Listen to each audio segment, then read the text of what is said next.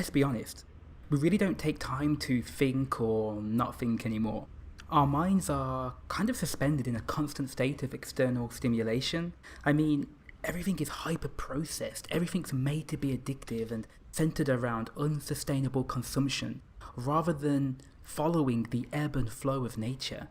We no longer have time to be bored or alone with our thoughts, and then we wonder why we're so anxious or why we lack self-control.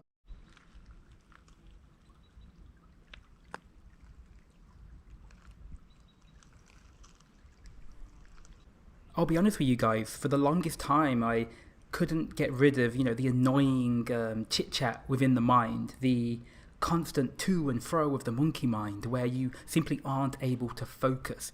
And I thought that was just how humans are supposed to be. However, the more that I read about ancient great men of the past, men who would channel concentrated energy towards a goal over extremely long periods of time to secure their legacy, I realised that, whatever's going on with modernity and the way that we think, it's not our base reality. It's not normal. We are kind of existing within a sort of mind matrix, for lack of a better word. And this is because of all the external stimuli and conditioning that we have to experience every day.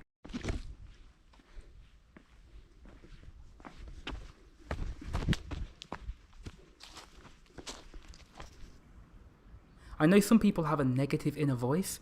Well, meditation will give you the tools to recognize that it's just poor programming, and then it will allow you to recode this voice to become more positive.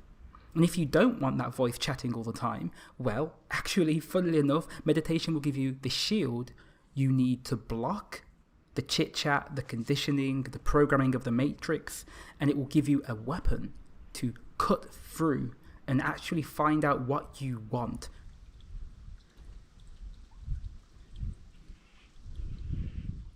We're going to start off with the most basic mindfulness techniques that are very, very common. Now again, you can do prayer, you can do breath work, there are other types of meditation, but today we're doing mindfulness. Basically, it teaches you to kind of empty your mind and just focus on the present, okay? It's not hard, it just takes a bit of practice and conditioning. Think of it like going to the gym. When you started going to the gym, it was very difficult, or when you started doing push-ups, it was very difficult, but over time, it got easier and easier, especially with progressive overload. Apply progressive overload and its philosophy to meditation, or in fact to any skill that you do in life. We start very, very small, 2 minutes, okay? We start with 2 minutes, and we just set a timer on our phone, we sit down, and we focus on our breath, okay? So we breathe in through the nose, and breathe out after about 5 to 10 seconds, through the nose or the mouth, whichever works for you, but you breathe in through the nose, okay? Do that for 2 minutes. Your focus should be on your breath, okay? So that can be the in and out through the nose, that can be your chest or stomach expanding, but your focus should be 100% on the breath. Or that's the aim if you're going to be perfect at it, but we're not going to be perfect because we're humans, we're not perfect. So you will find that you will often think, even within 2 minutes, you will have many thoughts pop up. Don't worry, don't overthink it, okay?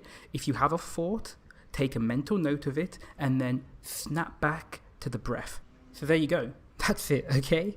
That is how you meditate. Don't overcomplicate it, don't overthink it, literally, okay? Focus on the breath, and then when a thought arises, go back to the breath, return to the breath, okay?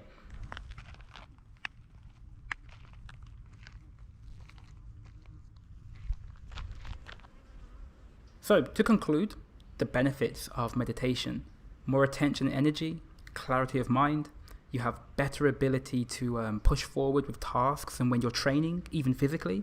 It's far easier to reject degeneracy. You have better impulse control because when a thought comes, you go back to the breath. It's the same as if you were on NoFap. A thought comes, you go back to the breath, you go back to the moment. Gives you controls of your emotions. The up and downs of life are more stable. And it's a healthier way to offload stress, okay? Meditating has been proven to actually reduce cortisol. Lower cortisol equals more testosterone, as stress is one of the killers of testosterone. So as you guys know, this is my first video on this channel. This channel is based on self-improvement and masculinity, so if that's interesting to you, feel free to subscribe.